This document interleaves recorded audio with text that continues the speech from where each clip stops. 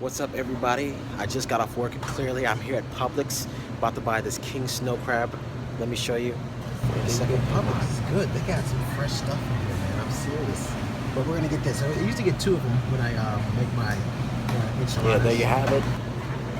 You're cooking with O. All right, welcome back to another edition of Cooking with O. On today's episode, we're going to be making some seafood enchiladas. You want to start off with 4 quarts of water, and then we're going to add 1/3 cup of salt to that concoction. Not a lot of salt, but it's okay because we have Zatarain's crab boil bags. That's going to carry the weight of the seasoning. And then we're going to add 2 tablespoons of vinegar. I only had apple vinegar on hand, so I added the apple vinegar. And then we're just heating up the crab. So you want to bring the water to a rolling boil and add your crab in there. Make sure it's completely submerged. It will float to the top, but you got to push it back down. All right. We're going to cook it for 5 minutes and let it stand in the bowl for 15 minutes. The vinegar is actually supposed to make it easier to crack open and get that meat out of the crab. So when it's ready, go ahead and get your tongs, pull it out of there, and bust it wide open. All right, you can shred it any way you want. I use 2 forks, use your hands, use a knife, whatever. Get that crab meat, rip it up. Oh, that looks so good. And then set it aside. Let's get started on our sauce. Now I have 1 green pepper, 1 red pepper, and 1 jalapeno pepper chopped up with 2 tablespoons of butter. You want to saute that until it's nice and soft. And then we add our seasoning. So it's going to be 1/2 teaspoon of oregano, 1/2 teaspoon of salt, 1/4 teaspoon of garlic powder,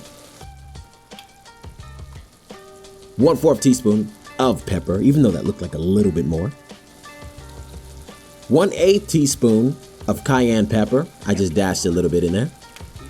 And then we're going to end that with 1 tablespoon of flour. It's going to thicken it up, make a roux. We're used to roux. Go ahead and get your spatula and mix it up. It smells really good already. And once you make the roux, have that mixed up, you're going to take 3/4 cups of milk, add it in there, stir it continuously for 1 minute. After that, you're going to add your cheese. That's pepper jack and Monterey cheddar cheese. And then after the cheese is, I shredded up. I got the blocks of the cheese shredded, made about 2 cups. Sour cream is up next. Once the cheese is melted, 1/2 cup of sour cream. And look at that sauce. It smells good. It's going to thicken up. Woo! Looks gorgeous.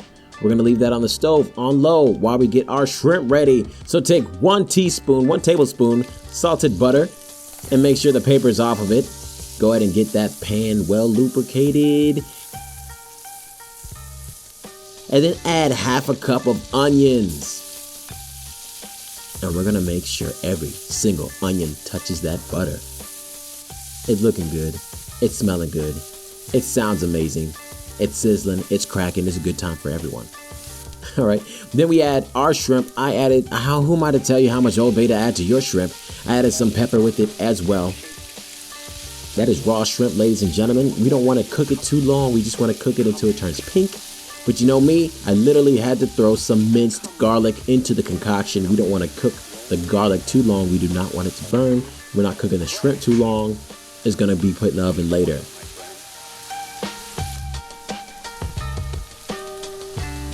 But after it's slightly turning pink, we're going to add 1/2 cup of chopped tomatoes.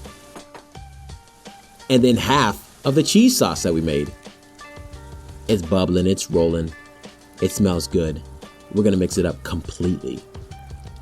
Whew, smelling good. You can see it thicken up too.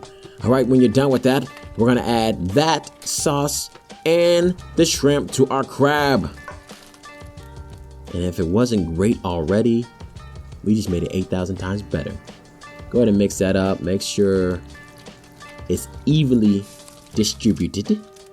There's a lot of sauce in there, so I decided to drain it, but I kept that sauce, added it with the other half of the sauce on the stove. Go ahead and preheat your oven, 350 degrees. Get your container ready. Spray it, lubricate it, do what you gotta do. And then I got the flour tortilla. You can use whatever tortilla you want if you want to use corn. I don't really mess with corn tortillas. Get the biggest one as you can. Make sure they're soft. I used about 1/3 cup of meat. Put it in there. We're gonna roll it nice and tight. Meat might fall out, but it's okay. You can eat that. That's for you. All right. We're gonna put in our container till it's filled up.